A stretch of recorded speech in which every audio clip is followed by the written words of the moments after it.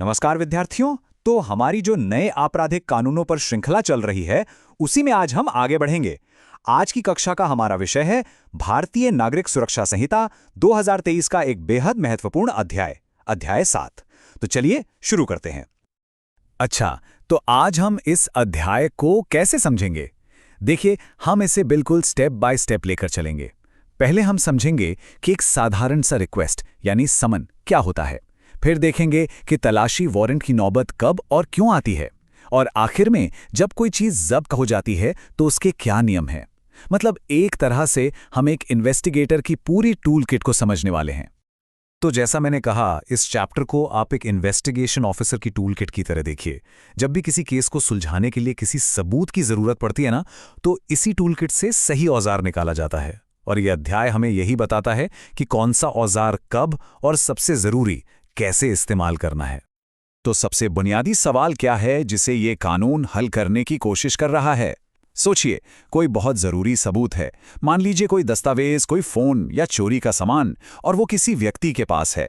अब सवाल ये है कि कानून उस व्यक्ति से वो चीज कैसे हासिल करेगा। इसी समस्या का समाधान है अध्याय 7। चलिए अब इस टूलकिट का सबसे पहला और सबसे आम औजार देखते हैं। ये है समन, जिसे हम एक औपचारिक अनुरोध भी कह सकते हैं। धारा 94 जो है वो दो अलग अलग अथॉरिटीज को ये पावर देती है। एक तरफ कोर्ट किसी भी व्यक्ति को कोई दस्तावेज या कोई भी चीज पेश करने के लिए समन जारी कर सकती है, और दूसरी तरफ एक पुलिस ऑफिसर भी जांच के दौरान ऐसा ही एक लिखित आदेश जारी कर सकता है। ये एक काफी व्यापक शक्ति है ना? और इसमें ध्यान देने वाली बात यह है कि ये कितना फ्लेक्सिबल है। समन अब इलेक्ट्रॉनिक फॉर्म में, मतलब ईमेल वगैरह से भी भेजा जा सकता है। और जिससे समन मिला है उसे खुद कोर्ट आने की जरूरत नहीं है, वो सिर्फ मांगी गई चीज भिजवा सकता है। लेकिन हाँ, इसकी कुछ सीमाएं भी हैं, जैसे कि वकील और क्लाइंट के बीच की बातचीत या फिर पोस्ट ऑफिस में रखी चिट्ठियों पर यह लागू नहीं होता। तो फिर डाक में रखी चीजों का क्या होगा? उसके लिए मामला थोड़ा और गंभीर हो जाता है। धारा 95 के तहत एक ज्यादा सख्त प्रक्रिया अपनाई जाती है।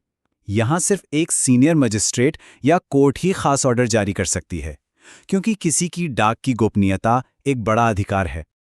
ठीक है, अनुरोध कर लिया, पर क्या हो अगर कोई व्यक्ति सहयोग ही ना करे, समन को नजरअंदाज कर दे? तब इन्वेस्टिगेटर को अपनी टूल किट से एक ज्यादा ताकतवर औजार निकालना पड़ता है, और वो है तलाशी वारंट। ये वो सवाल है जिसकी वजह से तलाशी वारंट का वजूद है। सीधी सी बात है, जब अनुरोध काम ना आए तो कानून को मजबूती दिखानी पड़ती है। इन दोनों में जमीन आसमान का फर्क है, इसे समझिए। समन क्या है? एक निवेदन, एक रिक्वेस्ट, जबकि वारंट वो एक आदेश है, एक कमांड। और ये तभी जारी होता है जब कोर्ट को ये विश्वास हो जाए कि सिर्फ अनुरोध करने से काम नहीं चलेगा, अब सीधी कार्रवाई की जरूरत है। धारा 96 साफ साफ बताती है कि अदालत कब ये बड़ा कदम उठा सकती है। ऐसा नहीं है कि वारंट कभी भी जारी कर दिया जाए। कानून ने इसके लिए बहुत स्पष्ट आधार तय किए हैं, ताकि शक्ति का गलत इस्तेमाल ना हो सके। एक जनरल सर्च वारंट के अलावा कानून कुछ खास तरह की चीजों के लिए और भी स्पेसिफिक वारंट्स की बात करता है। जैसे धारा 97 में देखिए, उन जगहों की तलाशी ली जा सकती है जहां शक हो कि नकली सिक्के, जाली दस्तावेज या चोरी का माल छिपाया गया है। और वारंट सिर्फ चीजों के लिए नहीं होते। कानून बहुत ही खास हालात को भी देखता है, जैसे कि सरकार द्वारा जब्त की गई किताबों को ढूंढने के लिए तलाशी, या फिर किसी ऐसे इंसान को छुड़ाने के लिए जिसे गलत तरीके से कहीं कैद कर लिया गया हो। यह दिखाता है कि यह कानून कितना वर्सेटाइल और शक्तिशाली है। चलिए, मान लिया कि वारंट जारी हो गया, पुलिस तलाशी के लिए पहुंच गई, लेकिन क्या वो जैसे चाहे तलाशी ले सकती है? बिल्कुल नहीं, इसके भी सख्त नियम है। आइए इसके प्रोसीजरल सेफगार्ड्स को देखते हैं। देखिए, धारा 103 तलाशी की एक पूरी प्रक्रिया बताती है जो अनिवार्य है। और याद रखिए, ये सिर्फ गाइडलाइंस नहीं हैं, ये कानूनी ज़रूरतें हैं। तलाशी को वैध बनाने के लिए इन सभी स्टेप्स का पालन करना बेहद ज़रूरी है। इसी से पूरी प्रक्रिया में पारदर्शिता और निष्पक्षता आती है। और यहाँ कानून व्यक्ति की गरिमा और शालीनता को सबसे ऊपर रखता है। ये प्रावधान कि एक महिला की तलाशी सिर्फ एक महिला अधिकारी ही लेगी, ये पक्का करता है कि कानून की प्रक्रिया मानवीय मूल्यों का हमेशा सम्मान करे। अब ये एक बहुत बड़ा और बहुत ज़रूरी बदलाव है जो पुराने कानून में नहीं था। धारा 105 के तहत अब तलाशी की पूरी प्रक्रिया की ऑडियो वीडियो रिकॉर्डिंग करना अनिवार्य कर दिया गया है। ये पारदर्शिता और जवाबदेही की दिशा में मैं कहूँगा एक क्रांतिकारी कदम है।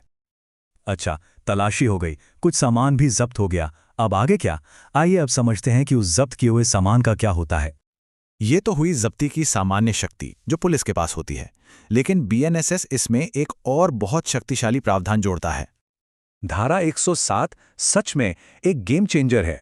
ये पुलिस को सिर्फ सबूत जब्त करने की ताकत नहीं देता, बल्कि अपराध से कमाई गई संपत्ति को कुर्क करने यानी अटैच करने के लिए कोर्ट में अर्जी देने की शक्ति देता है। इसका मकसद अपराध की जड़ यानी उसके फाइनेंशियल फायदे पर सीधा हमला करना है। हालांकि ये एक सख्त प्रावधान है, पर कानून यहाँ भी प्राकृतिक न्याय के सिद्धांत को नहीं भूलता। जिस व्यक्ति की प्रॉपर्टी कुर्क होनी है, उसे अपना पक्ष रखने का पूरा मौका दिया जाता है। उसे 14 दिन का समय मिलता है ये साबित करने के लिए कि उसकी संपत्ति अपराध की कमाई नहीं है। तो अब तक जो हमने ये सब कुछ समझा, अगर हम इन सारे टुकड़ों को एक साथ जोड़कर देखें तो हमें क्या बड़ी तस्वीर नजर आती है।